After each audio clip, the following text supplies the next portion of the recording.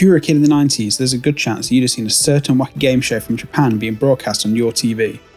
In Takeshi's Castle, some games were fun, some were creative, and some quite didn't live up to the rest. So in this video, we'll be ranking all the games from the uninspired to the iconic.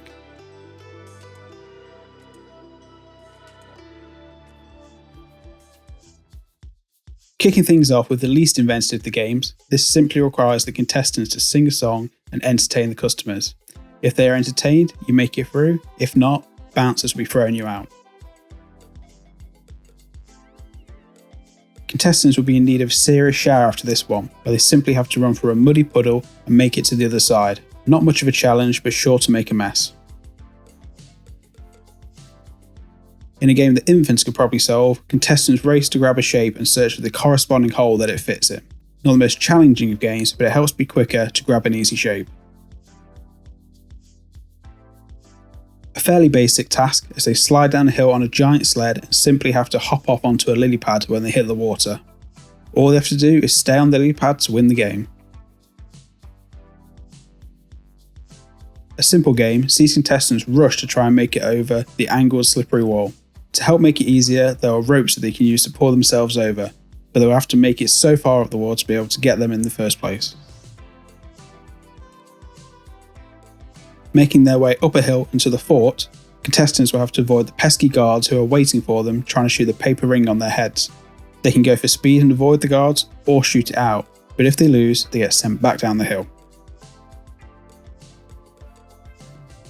Purely used as a way to reduce the number of contestants who make it to the final showdown. They jump into one of 5 holes, with some providing a path to the finale and the others hiding a guard waiting for them below. The contestants will be looking to protect their rings as they charge forwards and climb up and over the wall. The guards will be shooting water pistols at the paper discs on their head, and a broken ring will see them out of the show. One of the more simple concepts, all the contestants approach a slightly high wall and have to make their way over. Whether they attempt to climb it themselves or help others with a boost, anyone that doesn't make it over will not make it into the next round. In this game, players have to make a run to second base. The only issue is that the path between them is turned into a mud bath, slowing them down and making them filthy in the process as they try to slide their way to safety. It's back to school for this game, with the teacher asking a math question that they need to give an answer for. But to give the correct answer, they have to run in their giant handsuit and flop onto the corresponding card before the rest of the competitors. Starting as a simple word puzzle, contestants race to grab a bib decorated with a hiragana character, then finding people wearing different letters and spelling out a phrase. But to finish the game, they tie their legs together and race for the finish line. A staple of anime sports days, this is effectively a game of capture the flag where the contestants and guards have to protect their own flag while also trying to topple the opponents. Teamwork is required to decide who should defend and who should attack. Dressed as turtles, parents must carry their child on their back as they make their way around a narrow path on all fours. With the parents being blindfolded, it comes down to the kids to navigate and avoid ending up in the soup. In this giant casino, contestants rush to find a chip before sitting on their corresponding number waiting for the wheel to be spun. But in this game, you don't want to be lucky, as your number being drawn means you are out, as well as the people with the same colour and type of number. Dressed as a giant acorn, contestants have to hop their way across a narrow bending platform until they reach the end of the track. A fairly simple concept, but the lack of vision makes it more difficult than it looks. Running down a small football field, the contestants have to avoid the guards in their giant jerseys as they try to tackle them and stop them from getting a touchdown. Not the most original of ideas, but speed and agility will be key to reach the end zone. With their arms strapped in the rubber ring around their waist, contestants rush towards buns hanging from strings and must beat their opponents by grabbing one between their teeth before they run out. A quick game that helps whittle down the number of contestants with the added bonus of a nice snack for those that make it through. A lot seems to happen in this game in a short amount of time, starting with an assault course, then dunking their face in white powder and coming out looking like Tony Montana before finding their designated rickshaw and pulling their passenger across the finish line. It's like an unconventional sports day race. In this couples game, the pair are looking to roll either odd or even numbers on their dice, but it isn't them that'll be doing the rolling, as they're trapped inside the giant die. Their luck will be in the guard's hands instead. Wearing a giant baseball jersey, contestants run across a narrow beam, avoiding the huge balls being swung towards them and trying to make it to the other side and get a home run. With the giant suits and small path, one slight knock off balance will see them struck out. You may have seen something similar to this in Squid Game, but Takeshi's version has far less fatalities. Dressed as giant Daruma dolls, contestants must bounce their way up the hill without being spotted moving in the process. This takes a children's game and makes it far more difficult for the contestants and much more amusing for the viewers. In this couples game, the pairs are split up into men and women and placed on the other side of a field of beds. Once the curtains are raised, they need to rush to find their significant other and claim one of the beds before they all fill up and they strike out. Purely a game of luck, with the added fun of seeing someone get a pie thrown in the face. Draw a low number and end up closest to the pie thrower, with a higher chance you're going to end up with a face full of cream. Bringing a bit of education into the show, this requires some quick math. Whilst being slid along a platform, an equation will appear and they'll have to give the correct answer at the end of the track or face being dropped off the course. Needing to work in perfect harmony, couples make their way across the lake using the planks that are floating on the water, but one step out of sync will see their other half either falling into the water or receiving the other end of the plank smack in the face. Like a form of extreme curling, the contestants run and jump onto a giant disc that slides along the platform. With the ever helpful guards sweeping the way, they have to navigate using their body weight down the narrowing path and avoid falling off the edge. Replicating the classic Japanese sport, contestants must wrestle their opponent out of the ring to succeed. Drawing their opponent at random from a box, they can either end up with a weakling, pro sumo wrestler, or Spud, guard dressed in a giant costume. In this game, contestants are sent flying down a zip wire with the aim to grab hold of a rabbit on the way past, with further humiliation coming in the form of the huge pigeon suit they are dressed in. With their wings flapping and spinning on the zip wire, most birds swoop past their prey and end up with a face full of steam waiting for them at the end. Like the bride's friends at a wedding after the bouquet, in this game the contestants fight to catch a baseball that's been hit high into the air. Hindered by their giant baseball jerseys, this usually results in a big pile on top of the lucky contestant who managed to catch it first. Contestants race to a small house and ransack the garden as they search for golden balls that are hidden throughout. Some are fairly obvious, while others can be buried in the ground, submerged in a filthy pond, or even hidden in the guard's clothing. Speed is key to this task, as contestants run and slide on a surfboard, aiming to make it into the area at the end of the path. Overshoot and they'll end up in the water. Cut it too short, and a guard will appear to make sure that they meet the same fate. As if running across a steep muddy hill wasn't difficult enough, the Emerald Guards try to further hinder the contestants by rolling boulders and logs down the hill, bouncing towards them and sending them sliding straight back down. But for the most part, the boulders are irrelevant, as the main challenge is to keep your feet on the ground and not end up with them above your head. Like a few games in this show, this requires the contestants to make their way across a series of platforms. However, these are far from stable. The rollers means that full commitment is the only way to make it across, with no time to stop, and a slight misstep sending you into the water below. If climbing up a hill isn't challenging enough, contestants have their body wrapped in straw which limits their movement. Add into this the guards rolling giant acorns down towards them. It will take great balance to make their way to the top. In this game, contestants ride their whale-shaped bike around a course littered with uneven terrain and sharp corners. Add in cannon fire from the guards, and this short commute ends with most contestants flat on their back. With a huge version of a pachinko machine, this game sees contestants starting the ball rolling before rushing to the bottom of the machine in an attempt to catch it in their bucket. With the narrow path they have to stand on and the fact they can't see where the ball will come out, the result is often them flying face first into the pit of mud waiting for them below. Embracing their inner Spider-Man, contestants swing from one platform and need to time their landing perfectly as they aim to land on the dragon's tail or end up face first in the muddy lake. While there are other challenges that require swinging on a rope, the arcing trajectory makes stability much more of an issue. Pole vaulting seems complicated enough, but when you add in a lake between the contestant and the platform on the other side, you're just asking for trouble, with most contestants barely holding on long enough to make it halfway. Trapped in a box floating in the air, contestants use the pulley system to make their way across, but they'll be blindly guessing where they think the platform is below them, because as soon as they stop, the box opens and they are dropped to either safety or the mud below.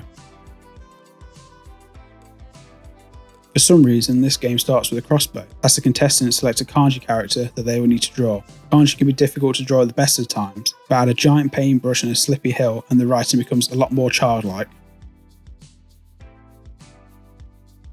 On a small racetrack, contestants have to make their way around the course, up slopes, along narrow platforms, and traversing seesaws. To make things even more difficult for them, and fun for us, they are navigating the course whilst riding tiny tricycles, just about avoiding kneeing themselves in the head in the process. In a life-size version of Pop-Up Pirate, the contestants must place their swords into a slot on the barrel. If we pick the wrong hole in this game, and it isn't a pirate that pops up, it's the platform that they are sitting on, sending them sliding straight into the sea. In this life-size version of Daruma Toshi, the child takes the place of the doll at the top, while the parents whack out the disc looking to safely lower their offspring back to the ground. Get it wrong, and the child will come tumbling down. Reversing the roles, it's the contestants this time that are firing balls at the guards, now dressed as various animals and trying to make it past the hunter. Using a cannon, the aim is to decapitate the poor animal, and if they fail to do this, they will end up caged themselves. Earthquakes are not uncommon in Japan, and in this game the contestants will have to make it through another. Whilst dressed as old people for some reason, they try to stay kneeled on their stack of cushions while the whole room literally shakes and falls apart. In this game, the contestants will be hoping for a gutter ball, as they have now taken the place of the pins. The guards send a giant bowling ball rolling towards them, looking for a strike and send them all toppling down. One of the most challenging games in the show, this requires full commitment, as the contestants attempt to run across the top of a row of dominoes. One slip or a brief pause will see the dominoes fall and the contestant going down with them. Unfortunately, this game doesn't involve Kevin Bacon, but it does involve contestants racing towards a pile of footwear, whether it be normal shoes, giant feet, or even cans of fruit. Once wearing their new shoes, they race to the finish line whilst running over a sticky runway. This is a game where getting an early start will result in a much easier race the next round. After choosing one of 5 doors, contestants make their way around the path before arriving at a slide leading into the unknown. But there isn't a wizard waiting at the end of this yellow brick road, with one slide leading to some Hawaiian dancers welcoming you, and the other a pit of mud. Contestants need not only strength but luck in this game, as they look to pull their rope across the line, but their opponent is a mystery to them. It could be a guard, cow, or even a tractor. Pick the wrong rope and you stand no chance. On paper, this seems like a fairly simple game. Contestants have to walk across a spinning plank before stepping to another spinning plank and walking off the other side. But the size of the plank provides only a small window of time to be able to keep balance, resulting in most contestants losing their footing and landing on the floury surface below. Taking the place of the marble in this giant pachinko machine, contestants are placed in a plastic ball and sent rolling down the hill. Bouncing off the huge pegs, their aim is to reach the goal at the bottom and not get stuck along the way or end up in the school boxes waiting for them. Like a ride from an izakaya theme park, contestants are sent flying down a water slide, not in a rubber ring, but a giant rice bowl instead, needing to stay balanced on the narrow base and making it down safely to float in the water below.